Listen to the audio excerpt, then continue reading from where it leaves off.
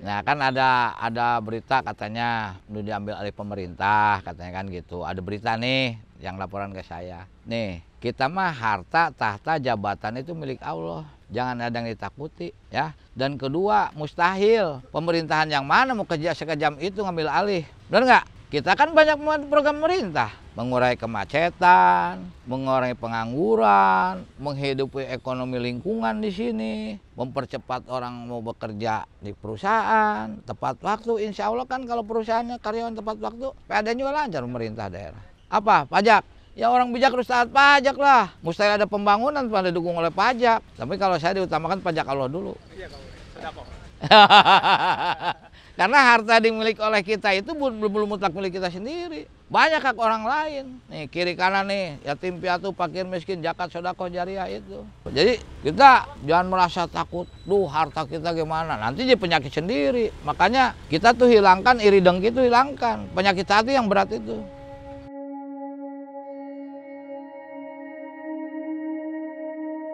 Ini saya sama istri tuh di sini kalau lagi nyebrang perahu suka berdoa, ya Allah mudahan selamatkan kan tegang. Sebenarnya pernah perahu ini di tengah jalan itu nggak maju nggak mundur, selingnya macet. Sedangkan di motor hampir 40 motor, wah itu tegang kan lagi pasang. Udah nyampe sana tepian, alhamdulillah, long lagi. Nah ini, waduh suka duka ya. Duka. Nah pas 2 tahun kemudian benar kata Pak Bupati, karena ini kan tempoh hari mengandung resiko tinggi ya penyeberangan yang di karet itu. Pas mau berangkatin pagi nih masih di situ jalurnya belah sana tuh yang ada coran belah sana tuh. Air naik pasang, mungkin ada salah satu kayu besar yang terbawa arus hantem perahu kayu saya, bolong pinggirnya, motor 23 unit ya. Di pinggir, alhamdulillah pinggir, nyemplung.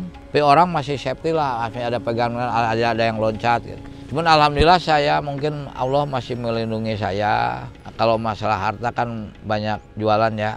Kalau nyawa kan mungkin kalau pada saat itu ada korban jiwa tidak akan terjadi ini. Mungkin saya juga bisa dipenjara. Itu bahan pelajaran buat saya. Nah, saya kumpulkan yang punya kendaraan masing-masing. Saya mohon maaf atas musibah ini, tidak ada yang mengharapkan. Tetap saya bertanggung jawab sesuai dengan merek masing-masing kendaraannya. Saya bawa bengkel resmi masing-masing. Tanggung jawab selesaikan. Nah itu terus dikaji. Nah begitu air surut, kan perahu udah 2 nih, sambungkan sama anak buah saya, bukan mas saya. Nah, anak buah saya ada tuh acing, sambungkan kalau surut. Jadi nggak ada bolak-balik tuh. Nah terus langsung kan kayak jembatan. Nah itu timbul ide saya di situ. Kalau air pasang dicabut lagi, karet lagi, gitu, karet lagi. Timbul ide, wah kalau begini harus dibanyakin perahu.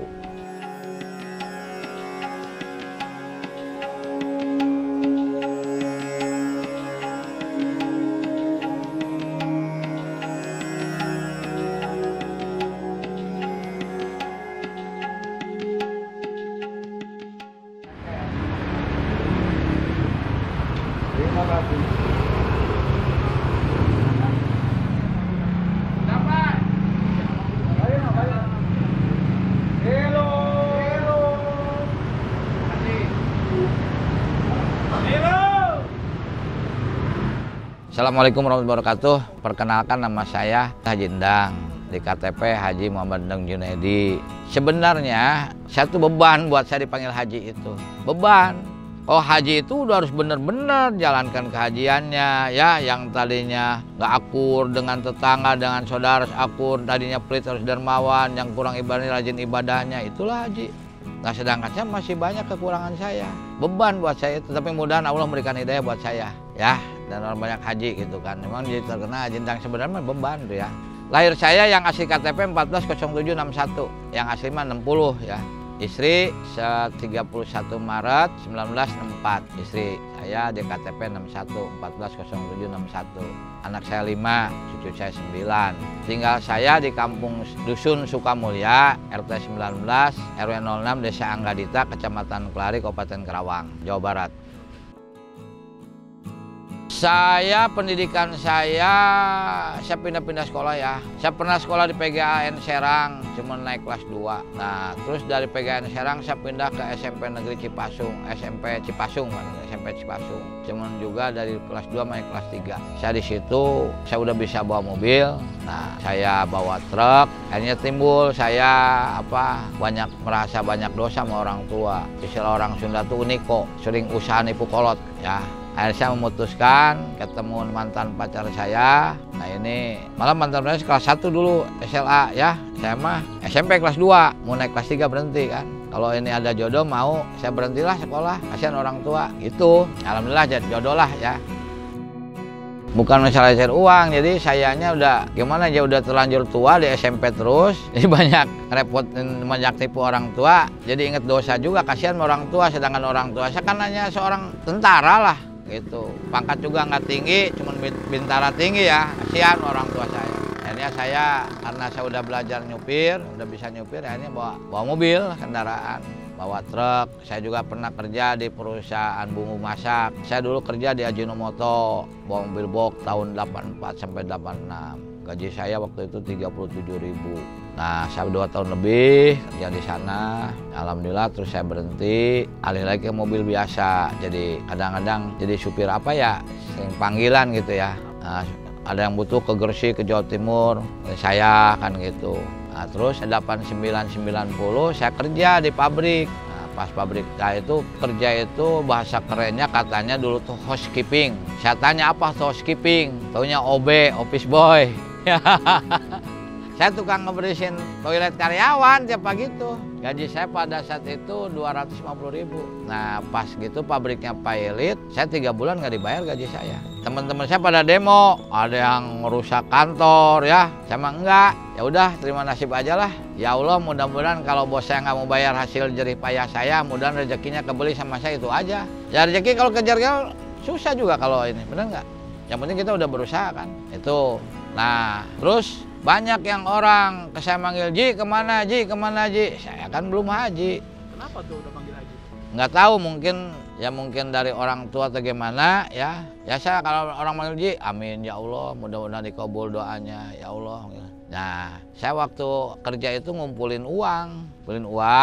Pas mau penutupan haji kurang uang 3 jutaan lebih. Ya pinjemlah pensiunan orang tua, masukin kantor pos. Bapak usia berapa udah kepikiran mau berangkat haji, Bos? 31, 91 kan, Banan Pak Harto, 31. Nah, tadi saya berdoa, ya Allah, mudah-mudahan dikabul orang haji, amin. Asal orang haji mana Ji? Amin, ya Allah, Ji. Mudah-mudahan bisa berangkat haji. Dan saya tuh berangkat haji pun bukan yang nisob. Kalau nisob kan udah ada persiapan ya. Nah, kalau punya tanah, jual tanah, punya kendaraan, punya perhiasan, kita memang orang pas-pasan, itu hasil ngumpul kerja saya. Nah pinjam ke orang tua, alhamdulillah masukin pensiun kantor pos sudah selesai. Nah waktu berangkat pun banyak yang ngasih ke saya. Ada yang 50.000, ada yang 150.000 kan, walaupun di sana kasih ngeliping kos. Banyak bantuan tuh yang ngasih, alhamdulillah rezeki. Nah pas mau berangkat terakhir, ada yang ngasih dari Jakarta ke saya. Uang realnya kalau nggak salah dulu tuh 800 real sama mukena 2. Itu orang yang ngasih tuh orang yang pernah ditolongin sama saya. Saya udah lupa. Dulu saya waktu pulang nganterin tetangga ke Gresik, Sedayu, di pesantren saya di supirnya kan. Begitu saya di Sukamandi istirahat jam 7 itu, habis ngopi mau berangkat, ada kecelakaan. Nah sebelum saya berangkat saya turun lagi, saya nolongin yang celaka itu. Ternyata itu satu keluarga yang bawa istrinya nabrak mobil berhenti sebelah kanan. Saya tolongin, saya bawa ke rumah sakit, barang-barangnya saya amankan, alhamdulillah nggak ada yang hilang. Cuman pas hari itu kameranya ketinggalan, saya cari ketemu, nggak ada filmnya. Kata beliau kalau kamera mah banyak katanya di toko, saya nih pengennya filmnya buat itu dokumentasi, ya susah carinya. Pada saat itu dia mau ngasih uang ke saya nggak terima. Padahal saya nggak punya duit, butuh duit ya. Tapi kan dia lagi keadaan musibah. Kalau musibah kan kita jangan lihat dia kaya miskin ya, yang perlu kita nolong kan. Nanti aja Pak, kalau Bapak udah keluar, mudah-mudahan Bapak keluarnya cepat sehat kembali, ada rezeki lebih, insya Allah saya mau nerima. Kalau sekarang saya maaf aja, nggak saya terima itu. Walaupun teman saya bodoh katanya nggak terima, ya udah biarin orang lagi ada musibah. Nah pas saya mau berangkat haji, datang. Saya nggak tahu, nggak inget tuh, ngasih uang itu. Ya alhamdulillah saya di sana pun di Mekah itu Ibu di sini kan udah sedih nih, waduh anak saya katanya nggak bakal kebeli kurma segala macem ya, karena udah ketahuan kan. Tapi alhamdulillah saya di sana banyak rezeki di Mekah tuh, subur rezeki saya alhamdulillah. Sampai saya bisa membelikan perhiasan sama istri kan, istri juga bingung dari mana, ya itulah alhamdulillah. Pas pulang dari haji, Allah memberikan kemudahan tuh, sama 2 minggu kemudian adalah bangun pabrik-pabrik. Saya di situ bisa ikutan nyuplai material, karena dibangun ada zona industri di situ. Nah alhamdulillah pulang di sana tuh juga saya yang tadinya nggak punya apa-apa bisa ngredit mobil TSS gitu. Alhamdulillah di situ.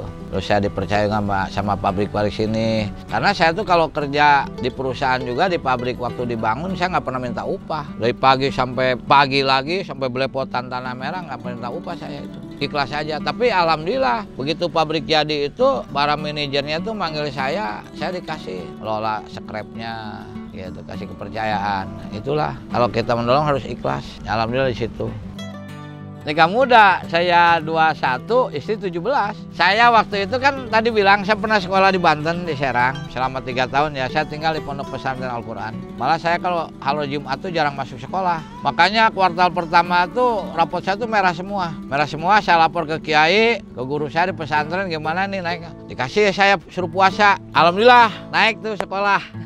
Naik kelas 2. Tiap hari Jumat saya nggak masuk sekolah itu kemana saya? Keluar, nyari silaturahmi ke ajengan-ajengan daerah Pandeglang gitu kan. Ya mana-mana anak muda kan. Nah pada saat ketemu calon istri nih ya sama yang sekarang, saya mau sama istri ini. Tapi istrinya nggak mau sama saya. Ya yang dulu suka duluan. Saya laporkan ke sana, ke guru saya di sana Pandeglang. Saya udah banyak dosa, pengen nikah, udah banyak juga ngebohongin orang tua kan gitu. Kata kiai, udah ada belum calonnya? Ada, udah kenal belum? Belum, harus kenal dulu katanya, mana orang nggak kenal gitu. Ya saya cari kosnya di mana, tempat tinggalnya di mana kan gitu. Ya alhamdulillah, yang penting udah kenal dulu. Nah udah kenal, udah tahu, saya datang lagi udah kenal. Terus kiai bilang gini, insya Allah kalau Allah meridoi, nanti kalau mudah-mudahan mau, tapi jangan lama-lama, takut jadi fitnah. Udah ajak nikah, sekolahnya udah sekolah mah nggak usah, yang penting nikah aja, kan gitu. Lagi ini, ya.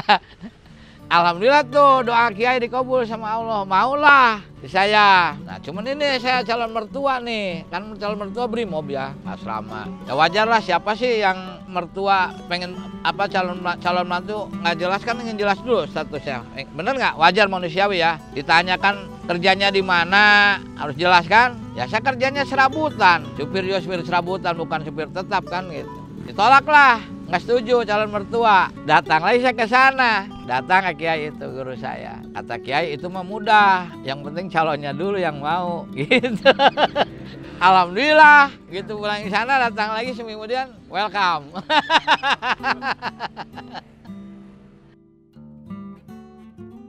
Ya biasalah kalau namanya itu kan sudah ada aja ya, selisih paham ada gitu kan. Kadang-kadang egonya masih tinggi ya gitu, mempertahankan ego. Ya alhamdulillah saya sekarang udah 41 tahun saya berumah tangga. Udah bisa saya jalani. Nah sempat saya juga, saya nyupir angkutan umum, istri jadi kenek. Iya jadi kenek. Itu angkot sendiri apa punya orang? Punya orang, bukan punya orang. Punya anak waktu itu tadi Pak?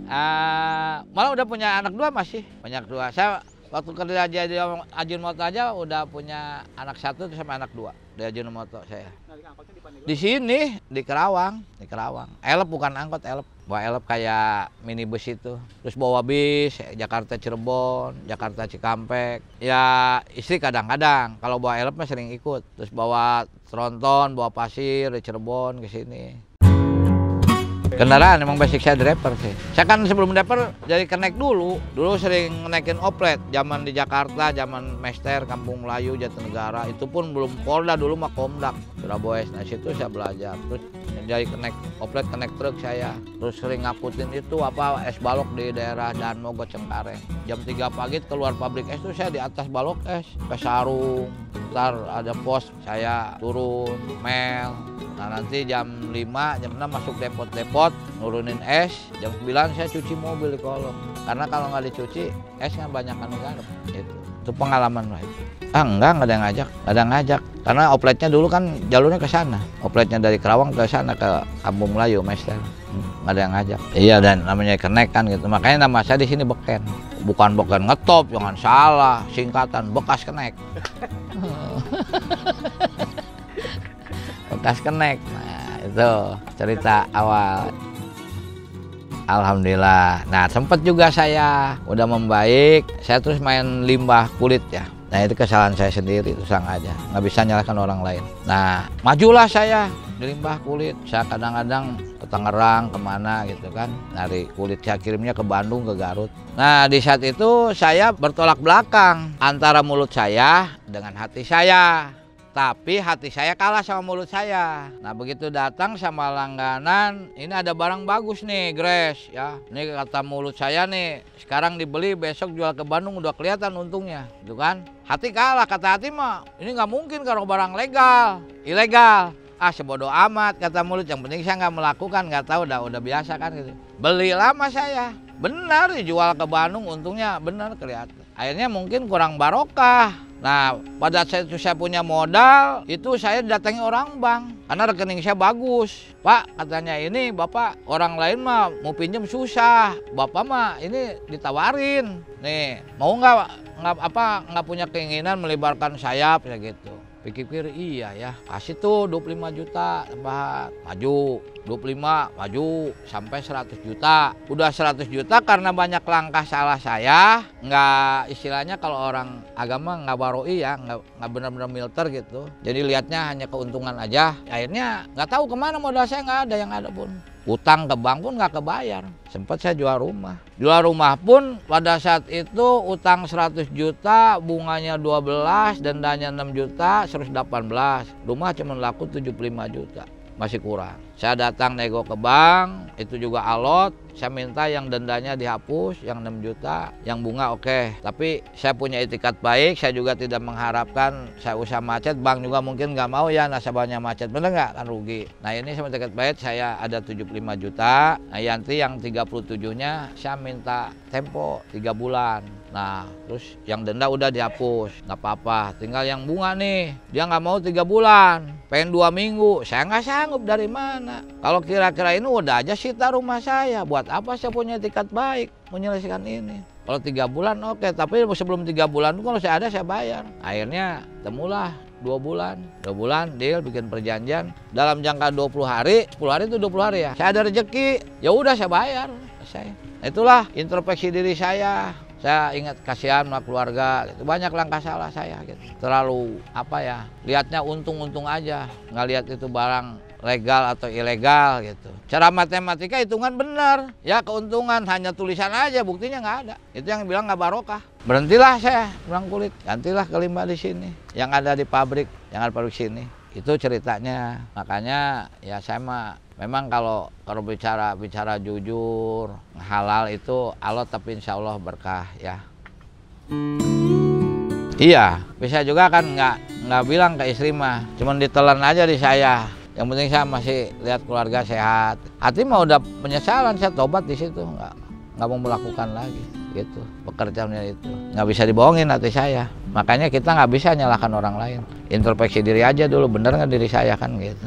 Makanya saya dibilang haji itu berbahan buat saya. Karena haji itu rahasia Allah. Orang pergi ke tanah suci, ngomongin orang nggak sah, ngejelekin orang nggak sah, tinggalin rukun wajib nggak sah. Tahu-tahu pulang dari sana kan, dari pesawat haji kan. Makanya kita niat haji itu apa niatnya? Lillahi ta'ala, merupakan rukun Islam kelima, atau hanya ingin puja-puji kan gitu, ingin dihormati. Nah ini satu kan beban buat saya itu. Nah pada tahun 2010 saya juga terus terang aja nggak ada terpikirkan, nggak ada di benak otak saya. Saya bukan ahlinya di bidang ini. Cuman Allah sudah memberikan jalan, tidak ada yang mustahil bagi Allah ya. Mustahil bagi manusia. Yang tidak ada di benak otak saya, pikiran saya, bukan ahlinya. Pun Allah sudah melangkahkan. Ya, kun fayakun lah, jadilah jadi kan gitu. Nah ini pada saat itu ada tokoh masyarakat sini, kebetulan beliau pada saat itu kepala dusun, tadi juga ada. Sekarang alhamdulillah orang masih sehat, umurnya udah 92 tahun, namanya Pak Haji Usup, datang ke rumah saya, minta tolong. Tolong apa Ji? Pak Haji katanya, tolonglah supaya kampung saya ini bisa hidup. Maksudnya apa bisa hidup kan? Saya nggak ngerti. Karena ini kan jalan buntu, terisolir. Buat penyeberangan, yang kayak gimana, perahu. Nggak ngerti saya. Kebetulan teman saya di sana udah ada yang buat. Perahu bukan rakit ya, ditarik. Ya saya juga nyontoh dari teman saya tuh. Terus kira-kira habis biaya berapa? Kata dia, cukup 50 juta. Saya punya uang 80, ya anggaplah 70 lah gitu ya untuk ngejaga tidak terduga. Ternyata sampai 80 nggak cukup. Pinjam sama saudara 200 secara angsur. Jalanlah tuh. Tapi sebelum saya jalan buat perahu, saya izin dulu sama yang punya wilayah Kerawang, Pak Bupati. Waktu itu Pak Bupatinya Bapak Haji Dr. Andes Dadang S. Mustar. Saya menghadap beliau, Pak, saya mohon izin, saya mohon petunjuk. Barangkali pemerintah daerah mau kerjasama di bidang PAD. Mau apa lo? Bikin penyeberangan. Perahu? Iya Pak, gak mau gua. Ntar ada apa-apa lu nuntut sama gua.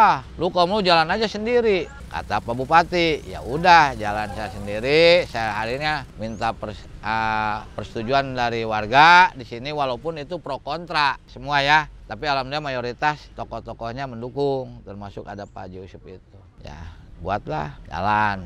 Saya emang niatannya ibadah aja kan gitu. Nggak pikiran niat bisnis-bisnis, nggak ada. Jalan. Ternyata sehari tuh pertama 6.000, ada 16.000, ada 60.000, 80.000 berterus gitu kan. Sehari-harinya dapatnya itu. Ya satu perahu. Jadi dari sini tuh mau nyebrang sana, ntar balik lagi ke sini gitu. Ditarik ya, ditarik.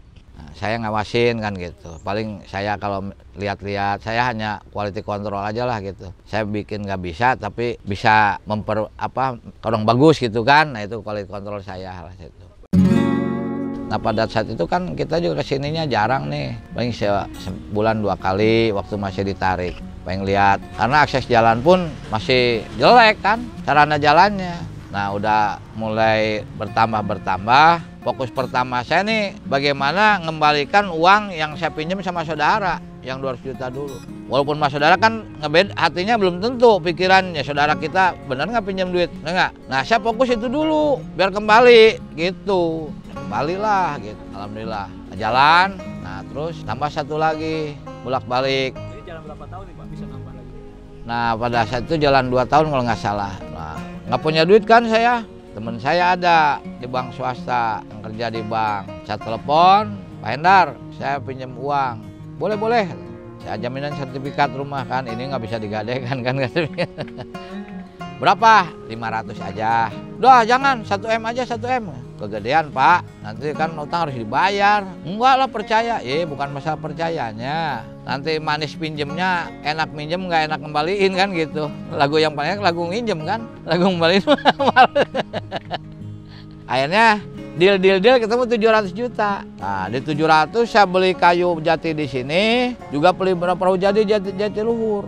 Jadi jejerin tuh perahu tuh, sambung. Kalau air lagi pasang, itu 24 perahu kepasang semua.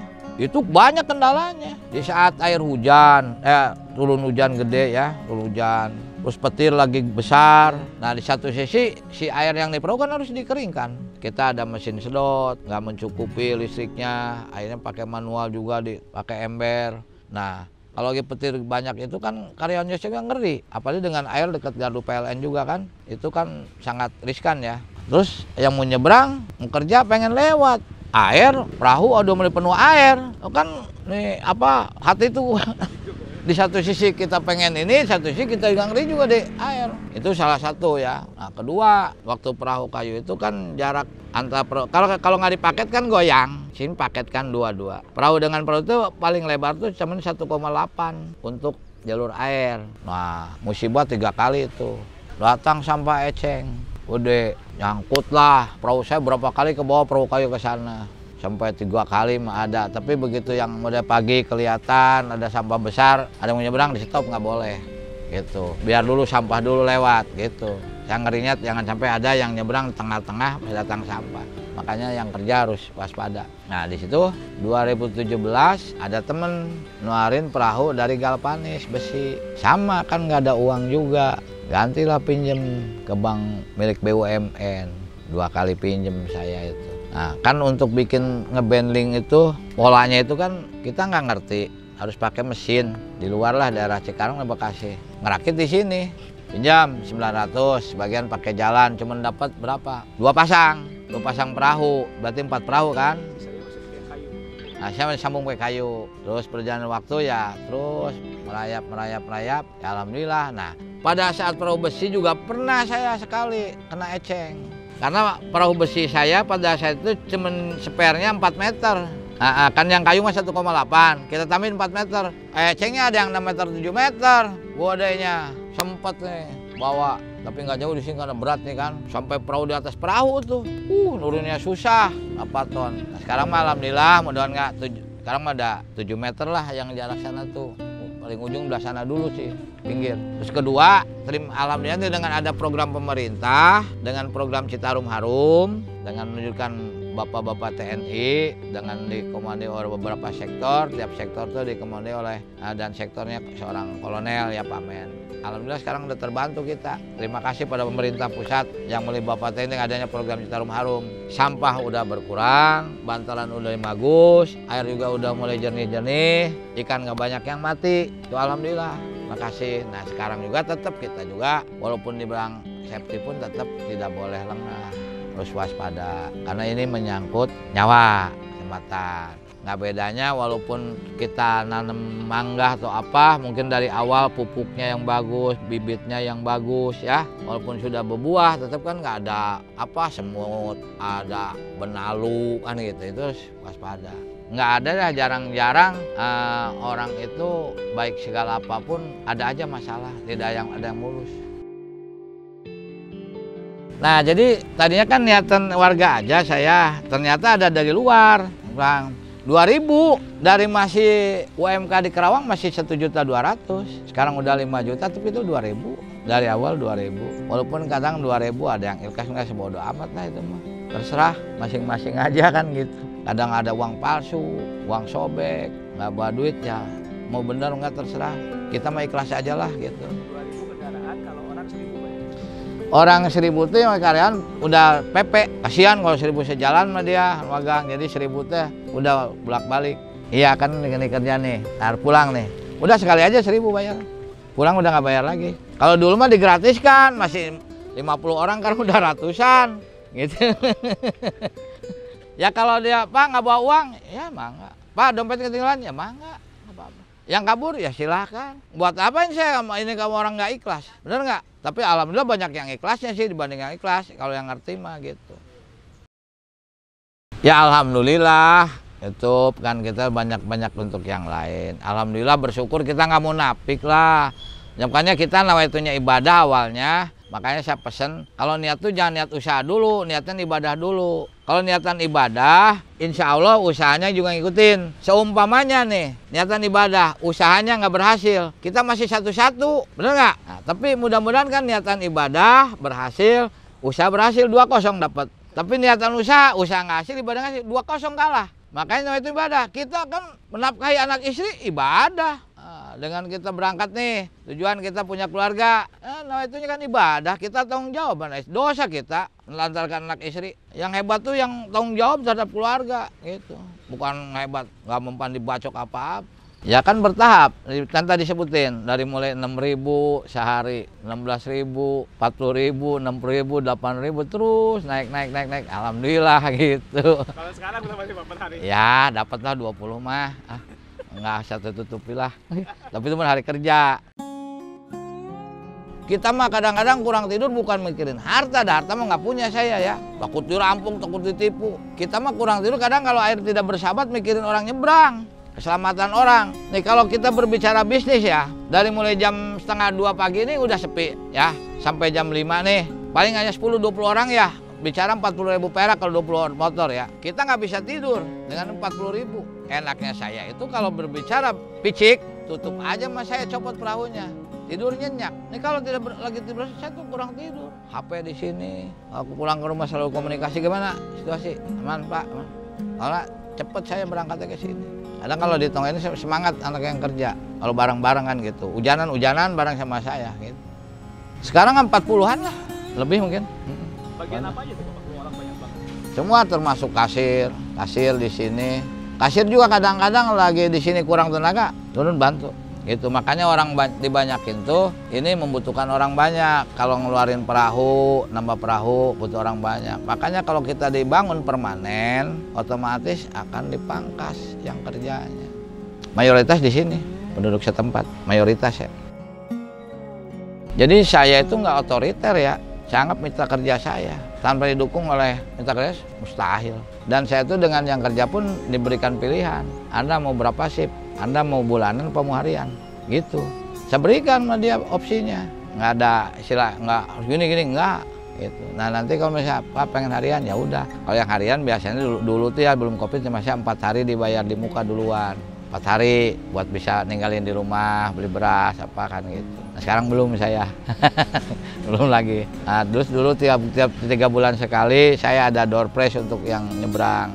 Dengan ini ada ininya motor beat hadiah utamanya. Ngumpulin fotokopi identitas, baik KTP, tiap nyebrang naro 3 bulan dibuka. Terus ada hiburannya sepeda gunung, alat elektronik, ada mesin cuci, ada kulkas, ada TV. Hadiah utamanya motor beat. Ada, itu membership 90.000. Kalau member bebas dia mau lewat berapa kali juga. Bebas ada member itu untuk mempercepat juga pelayanan gitu. Ada 10.000 lah kalau hari kerja mah. PP ya, 5.000 lah. 10.000 kali Ada. 2.000 ya 20 juta lah Pak. Ya gitulah. Saya mah nggak takut, mau tutup silakan aja tuh. Kenapa takut kan gitu? Saya nitip aja karyawan saya. Apa nggak rugi pemerintah? Benar nggak? Rugi dah. Perusahaannya kelimpungan nih banjir aja 2 hari macet itu. Mana-mana macet. Berapa pembuangan energi BBM? Berapa ribu liter? Waktu kan banyak kebuang. 2 hari ini kampung udah mati. Namanya terisolir apa? Dan justru kan sekarang dengan adanya hidup ini perputaran uang bisa miliaran nih di sini. Makanya kalau orang hidup ingin tidak mau berhadapan dengan rintangan dan cobaan, tinggal 2 pilihannya. 1, ya Allah cabut nyawa. Amin. Kalau udah siap dikubur, apa yang pikirkan? Siap kan? Selesai. 2, ya Allah cabut akal sehat.